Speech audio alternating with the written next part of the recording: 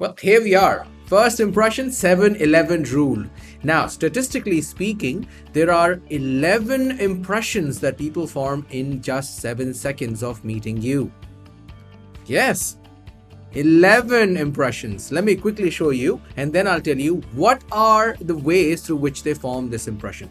The first one that they form is your educational level. Second, economic level, credibility, sophistication, orientation, level of success, positive attitude, trustworthiness, religious and political views or ethnicity, and also social desirability.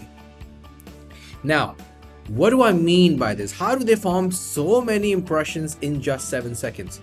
Well, it just depends upon how you greet them, how you smile at them, how your body language is. And that is what it takes, ladies and gentlemen. These 11 impressions that you see here talks about you as an individual. That means your education level depends upon how you are talking to them. Your economic status will also reflect in the way you speak, whether you're speaking from lack or you're speaking from abundance, right? How credible you are depends upon the word choice that you use. Whether you are positive or negative also depends upon how is your body language. Your trustworthiness is another aspect which can be heard in the answers that you give. How sophisticated you are. What is your orientation? What is the level of success? All of these, ladies and gentlemen, become a part of your impression. And once this impression is set and you do not challenge it, then it becomes a reality. Now, let's talk about what happens if we mess up. If we mess up the first impression, is there a way for me to bounce back and probably have a second better impression?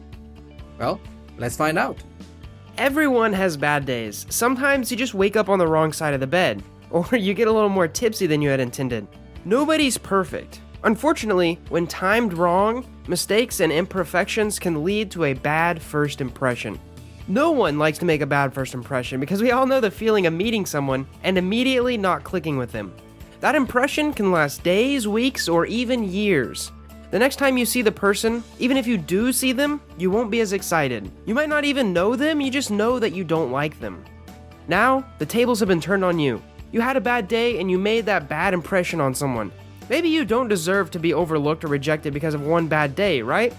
Well, fortunately, there are ways that you can overcome a bad first impression. Nobody's perfect, and most people will forgive and forget if someone takes the right steps to righting their wrongs. In this video, I'm going to give you a 4-step plan that you can follow, and you'll be well on your way to making much better second impression. The problem with making a bad first impression is you're constantly fighting an uphill battle to change the original impression that you made, due to how anchoring works. Now, there are 2 ways that I've seen to improve a bad first impression. The first one is to follow the 4 steps that I'm going to give you in this video, which include calling out a bad impression to the person and attempting to reconcile and make it not as awkward. Basically, communication helps with any friendship. You can almost make them forget the bad impression by being honest and genuine. I've only had to do this a couple times in my life, but it works every time. Now, the second way is to highly overcompensate in the future. This works really well if you really want to get on their good side, but it takes a ton of effort. For example, if you've recently heard of Eric here on YouTube, he made a few bad impressions to Logan Paul, but he ended up buying his $90,000 couch to make up for it. A pretty pricey way to overcome a bad impression. And now he's featured in Logan Paul's videos pretty often. So let's get to that 4-step equation.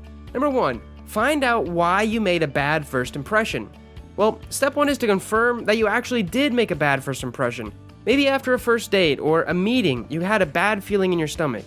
You think that maybe you screwed things up. All of your insecurities start flooding around in your head, and before you know it, you believe that that other person hates you. Maybe they don't. Maybe they were just having a bad day too. Well, try to find out whether or not you actually made a bad first impression. If you just met a friend of a friend, you might want to reach out to your mutual friend and ask what impression they got of you. You may just have to ask the person directly how they felt, whether through text or waiting until you see them again. But the trick here is to be patient.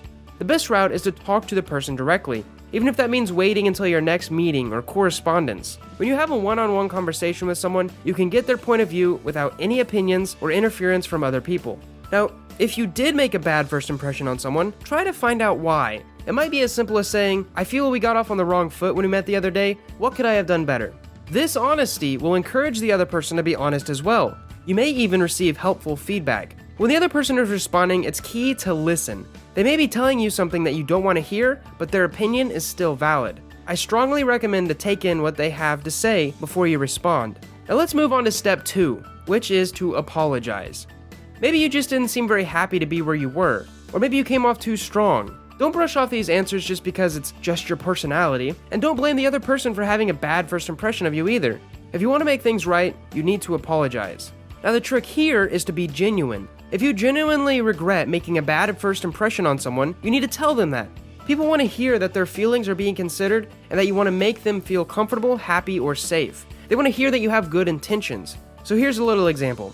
I understand that I came off a little abrasive the other night, and I'm so sorry for that. I was actually in a bad mood and I did not intend to take it out on you. I'm very sorry. Now, of course, do not apologize if you're not sorry, and also don't apologize if you're not going to change your behavior. A fake apology is easy to spot. You do not have to move forward in your relationship with the person if that's not what you want to do. You may try to explain your behavior, but if you're going to continue with your behavior, do not expect the other person's impressions of you to change. Step number 3 is to promise to do better. So, you know what you did wrong. You've apologized, but you're not done. Let the person know that they can expect you to do better in the future. Then, meet their expectations. If you can show someone that you're capable of changing for the better, then you will stand above and beyond a lot of people that they have met in their life. But in order to overcome a bad first impression and make a stellar second impression, you have to follow through. So let's use the example from earlier. Maybe a friend of a friend told you that you came off as abrasive, even though you were just in a bad mood. You might say something like, "I promise not to funnel my bad mood into criticizing others. Before we meet up with you guys next time, I'll make sure I'm in a better headspace." Then, the trick here is to actually do it. Remember to meditate or maybe relax a little bit before you meet up with that friend of a friend. They will recognize your changed behavior, and you'll have a better chance at continuing to be friends. Step number 4 is to be patient. Now, if you've taken action to make up for your bad first impressions, the ball has left your court. Not all people will forgive and forget immediately, and that's okay. Everyone needs time to process their feelings, and that process is valid. I actually apologized to someone that took a year and a half to talk to me again. Fortunately, most people do want to forgive and forget. A study from Yale University revealed that people are more confident in their judgment if they had a good impression of someone, and less confident in their judgment if they had a bad impression of someone. This means that if they have a bad impression of you, you have a better chance of changing it. If someone has the opportunity to change their mind about you, they will feel more confident in their judgment too. To make that easier, people who disliked you at first, then changed their mind, actually have a stronger liking for you. You just have to overcome that first bad impression. If you need to have a conversation with them, give them a clear opportunity to forgive, forget, and move forward on a good foot.